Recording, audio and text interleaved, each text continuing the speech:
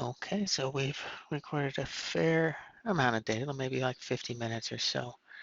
And what we're going to do is just pop up an image in the top corner here of our fan demo, and then we'll get started downloading and looking at the data. So we're going to start here at device, the top left. I'm going to come down to online data, and then we're going to select history. And this is our historical data. Now, if we come off to the left-hand side here, this little triangle, you click on it, it's going to open up, and it's going to show us a bunch of the object values.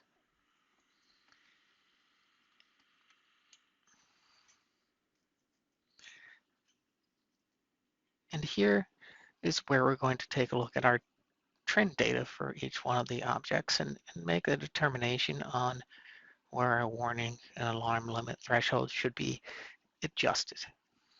So as an example, let's take a look. That was, all right, so as an example, I was running the good fan here across this time period. And we can see here, and probably I was turning it on and off from a completely stopped to a good fan state. And so there was a little bit of a spike there. That said, if that's part of the application, then it needs to be um, accounted for in our thresholds. So the main thing I want to point out here is, as an example, let's get rid of the green, let's get rid of that, we got the blue. So we see the blue, or our ARMS, seems to touch that warning limit. So if we get something like this in our data, then how do we know that's a good or a bad state? And the next step based off of this, or the trend over time, would be to have someone go out, take a look at the machine, um, and see, is it undergreased? Is it overheating? Is there something physically damaged with it? Some sort of evaluation of the machine at that point. You go out and there's nothing wrong, then these thresholds need to be raised higher so that doesn't happen. And over time, as you make threshold adjustments, you'll find that sweet spot, and you can determine what each one is an indication of over time. So this is a good state for our fan demo. I'm going to undo the zoom, and we're going to left click and drag down.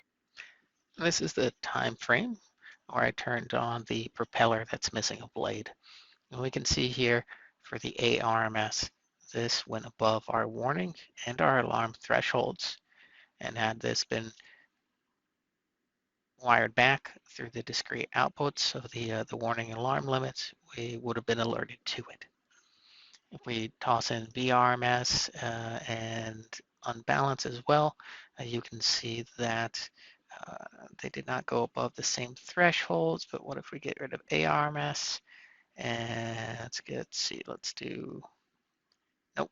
So unbalance did not alarm, and VRMS did not alarm either.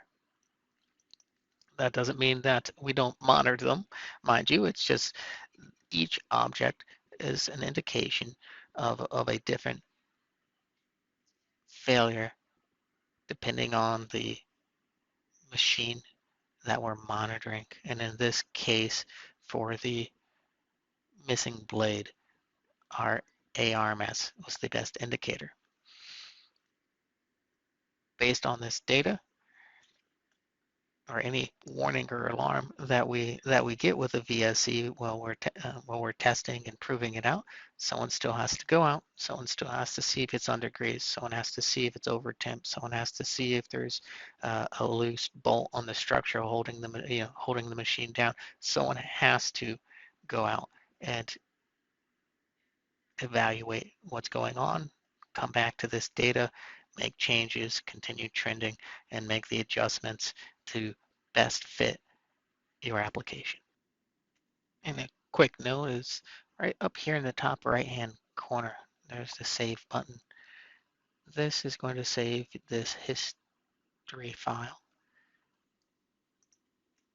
to your PC, and then you can access it through the software right from here. Okay, so next we'll close out from here and we'll go over alarms. Quickest way to get to that is going to be to double click on parameters. We're in our objects. We're going to go down and click on alarms. So here in alarms, we're just going to go over real quick the basic 2 alarms. You right click here in the empty spot under overview. We're going to do warning, and we're going to right click and new alarm damage. Both of these alarms are normally closed, meaning that in a good state you're getting an output, and when something goes past one of your thresholds or someone were to cut a wire by mistake or something, your output's going to drop and you're going to see an alarm, or someone's going to need to go out and take a look at what the issue is. And that, once you're done, one last time, you have to go up, write parameters to the device. And when we do this, you won't see a warning, alarm, or anything like that. And we'll be done, and we'll have completed a parameter setup of a VSE. So you should be good to go from here, and have a great rest of your day.